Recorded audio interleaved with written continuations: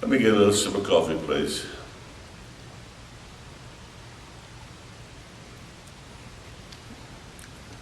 Happy New Year to my friends out in Arizona. I have a nice wee friend in Arizona whom I like a lot, and I love him as a brother in the Lord. And he had a little book out, and I loved his little book. I usually love what he has to say about things. He's a good little guy from Scotland, but he works out there in Arizona preaching the gospel. But Billy Wilson made the statement. He says, when it all boils down, it boils down to faith. He said, although love conquers all, faith certainly gives her a run for her money. God is impressed and he's moved by our faith. And then he concluded, twice in the scripture, the gospel records, we find that Jesus was amazed. And in both incidents, it's because of faith. Mark chapter 6, verse 6, because of a lack of faith. Luke chapter 7, verse 9, because of the abundance of faith. And I believe we desperately need to understand more about faith. When we talk about faith, we're talking about what is expressed in God's name. It's his reputation that's on the line. And he is bound by an oath to answer his call. We need to understand, when we talk about faith, we're talking about action. And we need to be confident that we're not neglected, we're not abandoned. But it's not about us, it's all about him.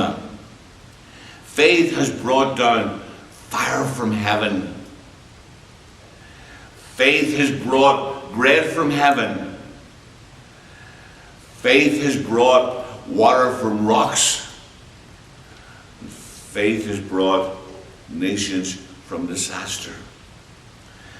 And the question is not today, where will our faith lead us? The simple question is, will we have it regardless of the circumstances? Do you have it regardless of what's going on in your life? Whether we conquer kingdoms, whether we are tortured or burnt at the stake, it's neither here nor there. The bottom line is, that's for God to decide. But Matthew does a great job contrasting the little faith disciples with the great faith disciples coming to Jesus to be healed. In the book of Matthew chapter 8, verses 23, read on down to verse 27. The disciples had witnessed a miracle of Jesus Christ. The lepers were healed. The healing of the centurion servant. Peter's mother-in-law, the fever driven out. The casting out of numerous demons.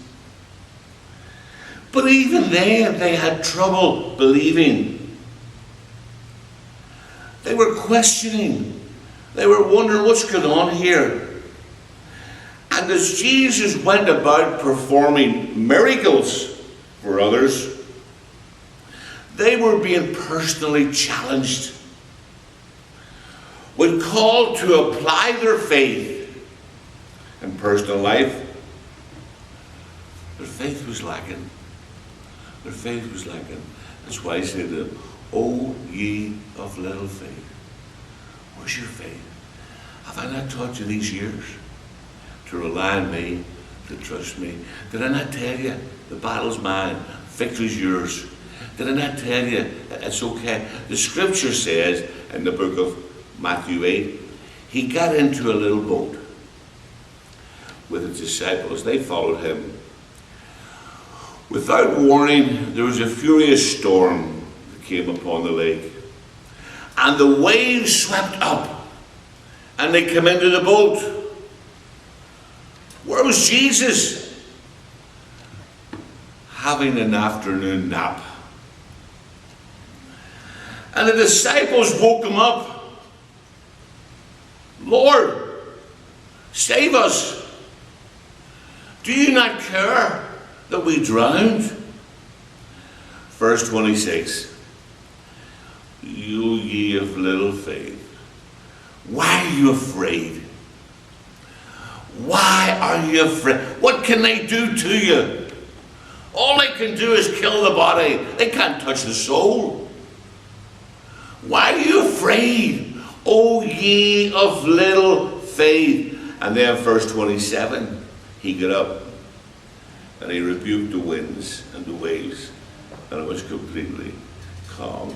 And they were more terrified after he performed this miracle, and they were amazed, and they said, what kind of man is this? Even the winds obey his voice. Be still.